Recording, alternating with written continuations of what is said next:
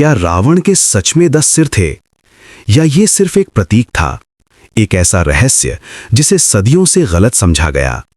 रामायण का सबसे शक्तिशाली और रहस्यमयी पात्र रावण, एक ऐसा राजा जो केवल बलशाली ही नहीं बल्कि महान विद्वान, शिव भक्त, ज्योतिषी, संगीतज्ञ और राजनीति का माहिर ज्ञाता भी था।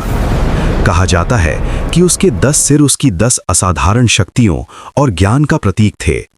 4 वेद और 6 शास्त्र, इन सभी पर उसकी पकड़ इतनी गहरी थी कि उसे उस युग का सबसे बड़ा पंडित माना जाता था। लेकिन यही ज्ञान धीरे धीरे उसके अहंकार में बदल गया। उसे अपनी शक्ति, अपने वरदान और अपनी स्वर्ण लंका पर इतना गर्व था कि उसने खुद को अजेय समझ लिया। रावण ने घोर तपस्या कर भगवान शिव को प्रसन्न किया। उसे ऐसे वरदान मिले जिन्होंने उसे देवताओं तक के लिए चुनौती बना दिया। उसकी 10 सिर वाली छवि को कई विद्वान काम, क्रोध, लोभ, मोह, मद, मत्सर, मन, बुद्धि, चित्त और अहंकार का प्रतीक भी मानते हैं।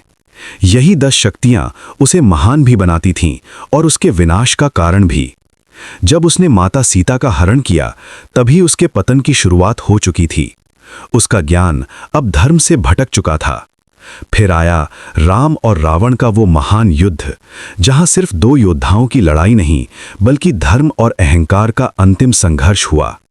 जब भगवान राम का ब्रह्मास्त्र रावण के हृदय को भेदता है, तब गिरता है केवल एक राजा नहीं, गिरता है अहंकार, अधर्म और शक्ति के गलत उपयोग का प्रतीक।